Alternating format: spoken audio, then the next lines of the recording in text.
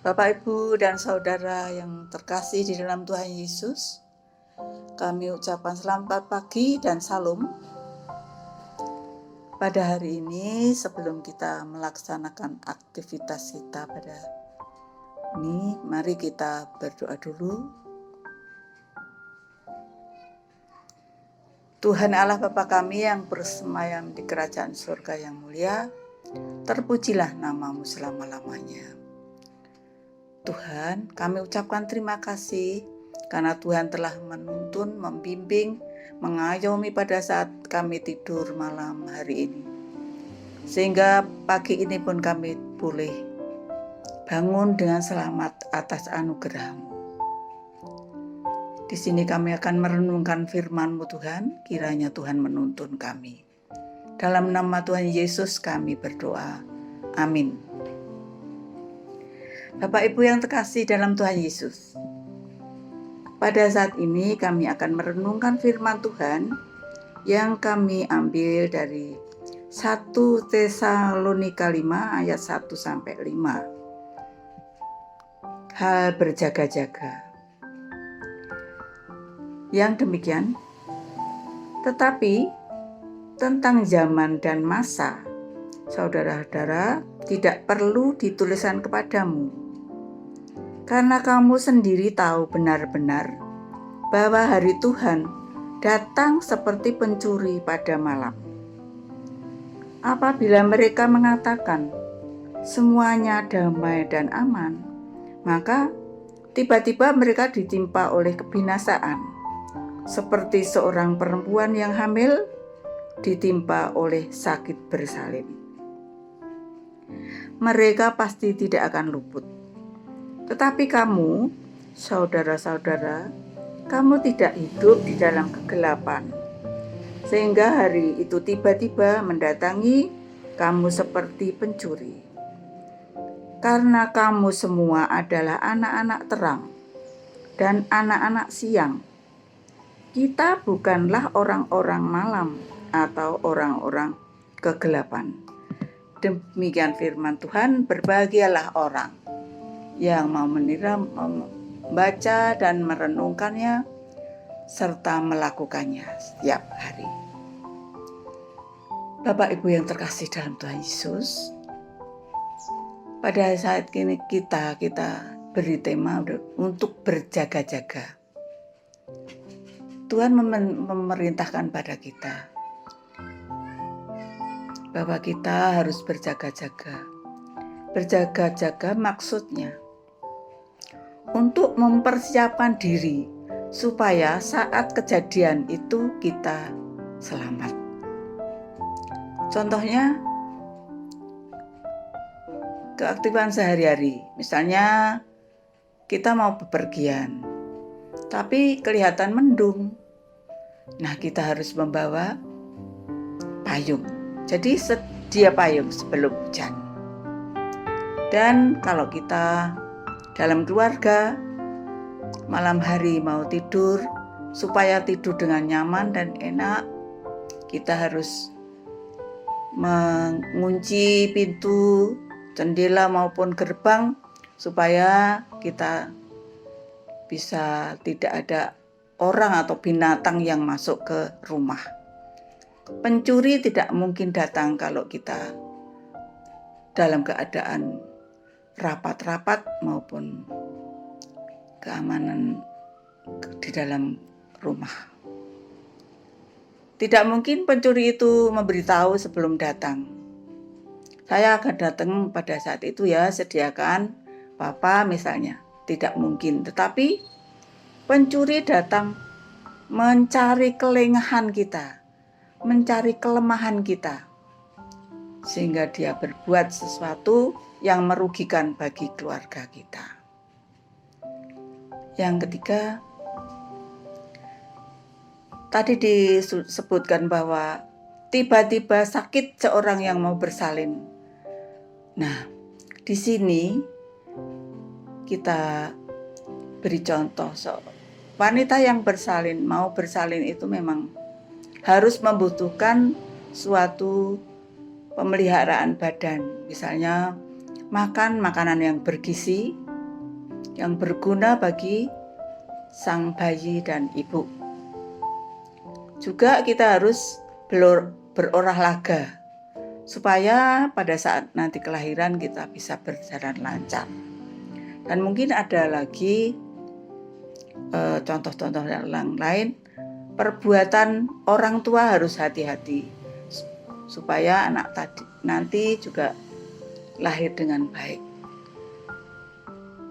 Dan yang sekarang kita berjaga-jaga mengenai nyawa kita, jiwa kita.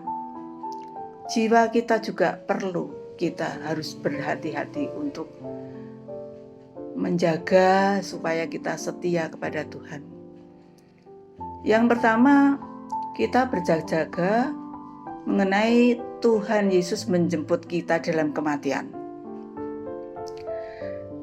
Kita harus membersihkan jalan kita supaya kita bisa bertemu dengan Tuhan dengan selamat.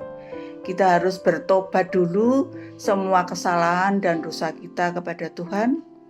Dan kita juga membangun relasi dengan damai dan sejahtera kepada keluarga maupun kepada sesama kita, supaya kita lepas dari dosa dan kesalahan-kesalahan kita yang kita hadapi. Namun tanpa pertolongan Tuhan kita tidak bisa untuk melakukan itu semua. Karena kita sudah disebutkan pada anak-anak terang, kita jelas kita sudah dibimbing oleh Roh Kudus yang selalu membimbing di dalam perjalanan kita. Kita selalu mendengarkan firman Tuhan melalui Roh Kudus bila kita bertindak yang tidak sesuai dengan kehendak Tuhan. Jadi Tuhan, kiranya Tuhan menuntun kita supaya kita tidak jatuh ke dalam dosa. Karena kita tidak bisa untuk melawan nafsu kita.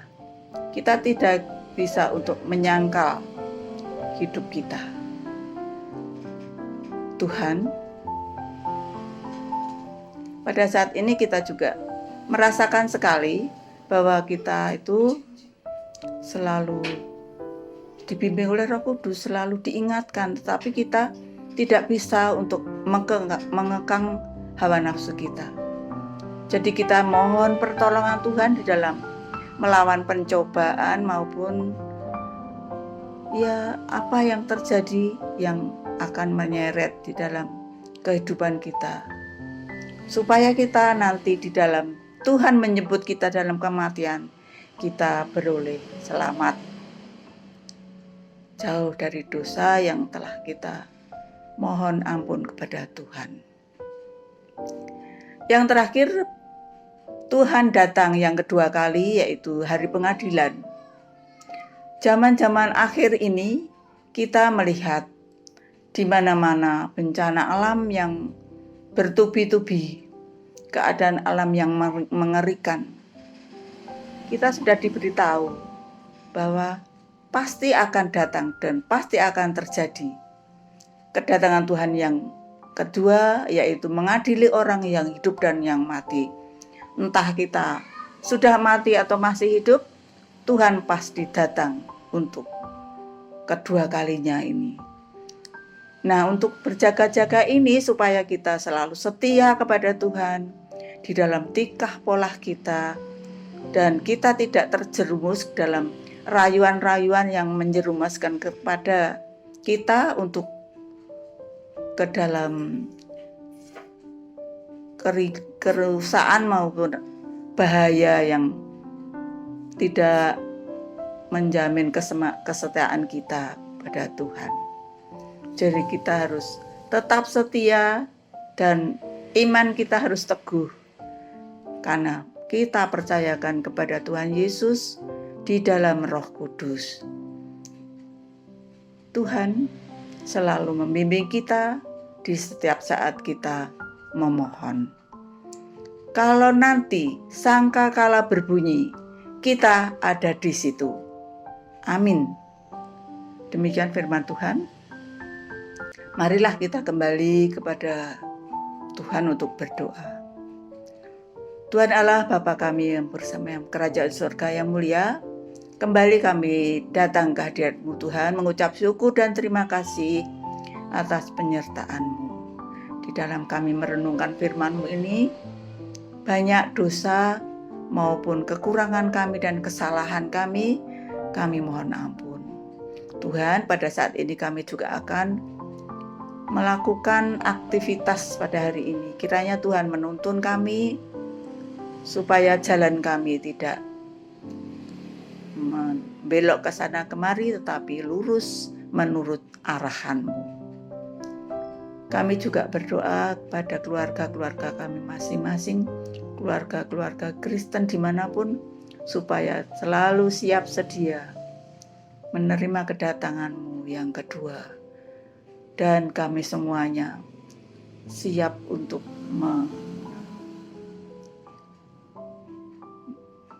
mohon ampun segala kesalahan dosa kami, Tuhan. Di dalam nama Tuhan kami Yesus Kristus kami berdoa dan mengucap syukur. Terima kasih Bapa. Amin. Demikian firman Tuhan yang sudah kami sampaikan. Banyak kekurangan dan kesalahan kami mohon ampun. Tuhan memberkati. Salam.